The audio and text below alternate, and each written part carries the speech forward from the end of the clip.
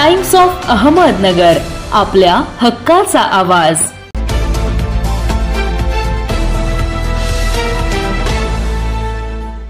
गणेश उत्सव झाल्यानंतर आता नवरात्रीच्या उत्सवाची आतुरतेने वाट पाहिली जात आहे। गेल्या काही वर्षांपासून गरब्याच्या ठिकाणी फक्त हिंदूंना प्रवेश देण्यावरून वाद निर्माण होत आहेत। अनेकांनी याबाबत विविध उपाययोजना सुचवल्या। भाजपचे चिंटू वर्मा यांनी नवरात्र उत्सवामध्ये अहिंदू नागरिक म्हणजेच मुस्लिम, ख्रिश्चन, नवबौद्ध इतर मागासवर्गीय गरब्याच्या मंडपात येऊ नयेत यासाठी एक अजब सल्ला दिला आहे। गरबा आयोजकांनी गरब्याच्या मंडपात येणाऱ्यांना गोमूत्र प्राशन करण्यास द्यावे असं ते म्हणाले आहेत। माध्यमांशी बोलताना चिंटू वर्मा म्हणाले की जे हिंदू असतील त्यांची गोमूत्र प्राशन करण्यास कोणतीही हरकत नसेल। चिंटू वर्मा हे मध्य प्रदेशमधील इंदूर जिल्ह्याचे भाजप जिल्हाध्यक्ष आहेत। दरम्यान वर्मा यांच्या या मागणीवर काँग्रेसनं टीका केली आहे। भाजपकडून समाजात ध्रुवीकरण करण्याचा प्रयत्न केला जात आहे असा आरोप काँग्रेसने केलाय।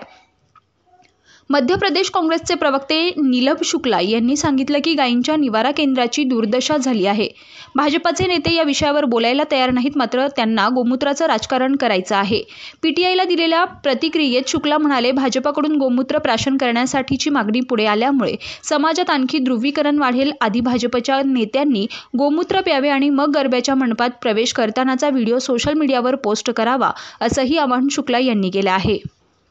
Bureau report, times of Ahmednagar.